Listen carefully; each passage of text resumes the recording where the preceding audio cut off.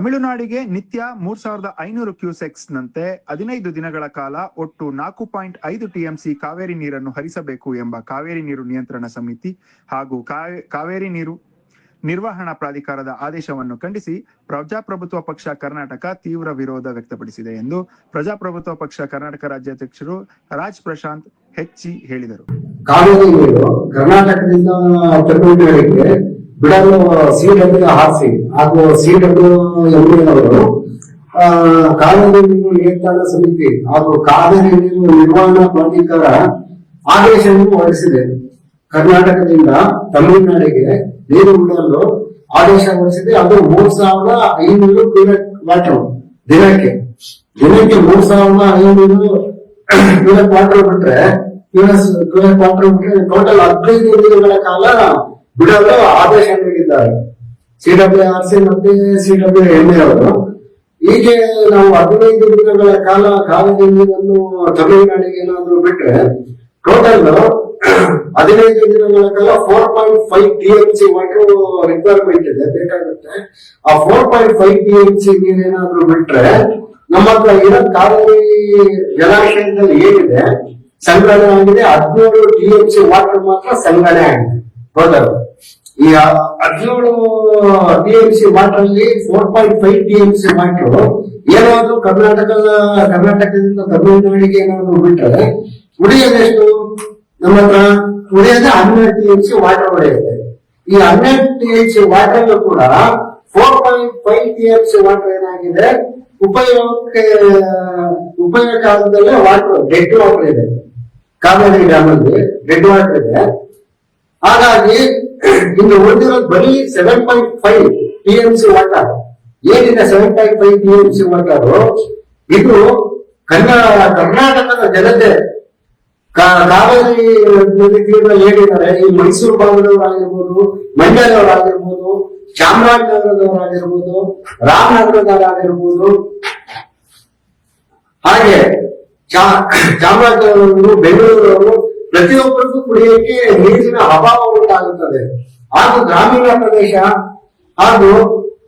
ಪ್ರದೇಶದಲ್ಲಿ ಬೆಳೆ ಬೆಳೆಯಲು ಸಹ ನೀರಿದ್ದರೆ ರೈತರು ಕೂಡ ಕಂಗಾಲಾಗಿದ್ದಾರೆ. ಬೆಳೆ ನೀರಿದ್ದರೆ ಬೆಳೆ ನಾಶ ಆಗ್ತದೆ ರೈತರು. ಹಾಗೆ ಭೂಮಿ ಕೂಡ ಬಿರುಕು ಬೀಳ್ತಾ ಇದೆ ರೈತರಿಗೆ ಬೆಳೆ ಇಲ್ಲದೆ. ನಗರದ ಸುದ್ದಿಗೋಷ್ಠಿಯಲ್ಲಿ ಮಾತನಾಡಿದ ಅವರು, ಕಾವೇರಿ ನೀರು ಪ್ರತಿಯೊಬ್ಬ ಕನ್ನಡಿಗರ ಹಕ್ಕು.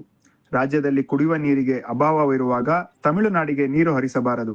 ರಾಜ್ಯ ಸರ್ಕಾರವು ಕೂಡಲೇ ಸುಪ್ರೀಂ ಕೋರ್ಟ್ನಲ್ಲಿ ಬಲವಾದ ಮೇಲ್ಮನವಿ ಸಲ್ಲಿಸಿ ನೀರು ಬಿಡುವುದನ್ನು ತಡೆಯಬೇಕು ಹಾಗೂ ರೈತರ ಹಿತರಕ್ಷಣೆಗೆ ನಿಲ್ಲಬೇಕು ಎಂದು ಆಗ್ರಹಿಸಿದರು. ಹಾಗಾಗಿ ಇಲ್ಲೇ ಕರ್ನಾಟಕದಲ್ಲೇ ಹೆಚ್ಚಾಗಿ ಸಮಸ್ಯೆ ಉಂಟಾಗಿದೆ. ಬರಗಾಲ ಬಂದು ಈ ವರ್ಷ ಏನಾಗಿದೆ ಅಂದ್ರೆ ಮುಂಗಾರು ಮಳೆ ಸ್ವಲ್ಪ ಕೈ ಕೊಟ್ಟು ನೀರು ಬಂದಲೇ ನೀರಿನ ಪ್ರಮಾಣ ಕಡಿಮೆ ಆಯ್ತು. ಇಲ್ಲ ಕಾವೇರಿ ನದಿಯಲ್ಲಿ ಏನು KRS ಡ್ಯಾಮ್ ಅಲ್ಲಿ ನೀರಿದ್ರೆ ಅಬ್ಜೆಕ್ಷನ್ ಇಲ್ಲ. ಇಷ್ಟು ಏನು ವರ್ಷ ಏನಿದೆ ವರ್ಷ ನೀರು ಚೆನ್ನಾಗೇ ಬಿಡ್ತಾ ಇದಾರೆ. ನೀರು ಬಿಡ್ಬೇಕಂತ ತಮಿಳುನಾಡಿಗೆ ನಮ್ಮ ಉದ್ದೇಶ ಅಲ್ಲಿ ನೀರು ಇದ್ರೆ ನೀರಿಲ್ಲ, ನಮಗೆ ಕುಡಿಯಕ್ಕೆ ನೀರಿಲ್ಲ, ನಮಗೆ ವ್ಯವಸಾಯಕ್ಕೆ ನೀರಿಲ್ಲ.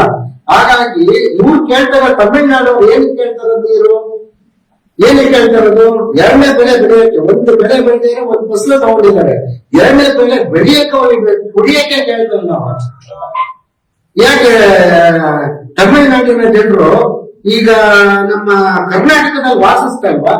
ಕಾವೇರಿ ನೀರು ಕುಡಿತಾ ಇಲ್ವಾ? ಬೆಂಗಳೂರಲ್ಲಿಲ್ವಾ, ಮೈಸೂರಲ್ಲಿಲ್ವಾ, ಮಂಡ್ಯದಲ್ಲಿಲ್ವಾ, ಚಾಮರಾಜನಗರದಲ್ಲಿಲ್ವಾ, ರಾಮನಗರ, ಚನ್ನಪಟ್ಟಣ, ಪ್ರತಿ ಕಡೆನೂ ತಮಿಳು ಜನ ಇದ್ದಾರೆ. ಅವರಿಗೆ ಅನ್ವಯಿಸಲ್ವಾ? ಏನು ತಮಿಳುನಾಡು CM ಆಗಿರೋ ಜೋಸೆಫ್ ವಿಜಯ್ ಅವರಿಗೆ ಅನ್ವಯ ಆಗದು? ಅದು ಬರೀ ಅಲ್ಲಿರೋ ಮಾತ್ರ ಕಡೆಗಣಿಸ್ತಾರೆ. ಯಾರೋ ತಮಿಳರ್ಸ್ನ ಅಲ್ಲಿರೋರು ಮಾತ್ರ ಓಟ್ ಹಾಕಿ ಅವ್ರಿಗೆ ಗೆಲ್ಸಿದಾರಲ್ಲ, ಅಲ್ಲಿರೋರಿಗೆ ಸಪೋರ್ಟ್ ಮಾಡ್ತಾರೆ. ಇಲ್ಲಿ ತಮಿಳುನಾಡು ಜನ ನೀರು ಕುಡಿತಲ್ವಾ? ತಮಿಳುನಾಡು ವಾಸಿಸ್ತಾರಲ್ವಾ? ತಮಿಳುನಾಡು ಜನರಿಗೆ ಇಲ್ಲೇನು ಅವರಿಗೆ ಭೂಮಿ ಇಲ್ವಾ? ಬೆಳೆ ಬೆಳೀತಾ ಇಲ್ವಾ ಇಲ್ಲಿ?